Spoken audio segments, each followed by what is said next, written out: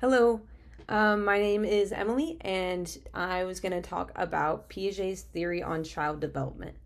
The first thing that I want to do is just kind of give a brief overview of the key idea about it, which is that children think differently than adults. One thing that I liked in the reading is that they included a quote from Albert Einstein on this theory where he noted that it is a theory that's so simple only a genius could come up with it, and I really like that they included that in there because it is something that today we think of as so simple, but back then was revolutionary.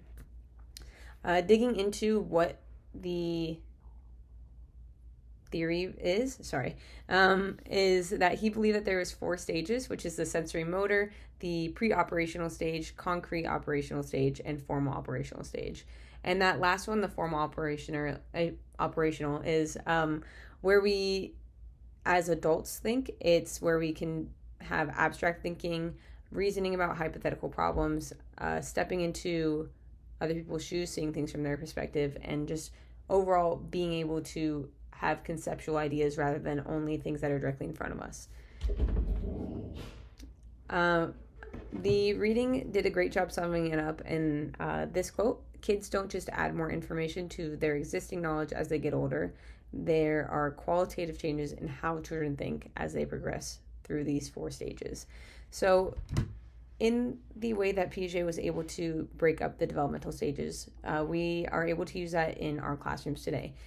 For example, in the pre-operational stage, kids do not have a very good grasp on how other people think or how they feel. So that's where we may need to teach kindergartners about how to share or to be nice, because they're not able to put themselves in other people's shoes, and they need to essentially be told that other people have feelings, and that's how they learn about it.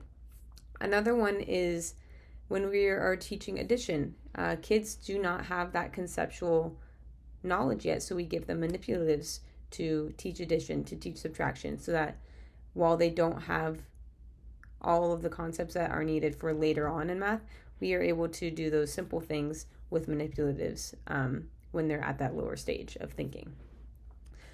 Something that I was wondering about this is how else can we test what stage that a child is in? So one of the examples that was given in the video was there's two glasses. You can see that they're equal amounts, but if we pour them into different shaped glasses to where now it looks like one has more, but we know it's the same amount of water, you can see whether a child is in one developmental stage or the other, if they say that one cup has more or if they say that the amount of water is still equal. So I wanted to know how else we could test that. And so one other one that I found on the internet when I was looking around for it and using AI to think of things was a test about having a third eye.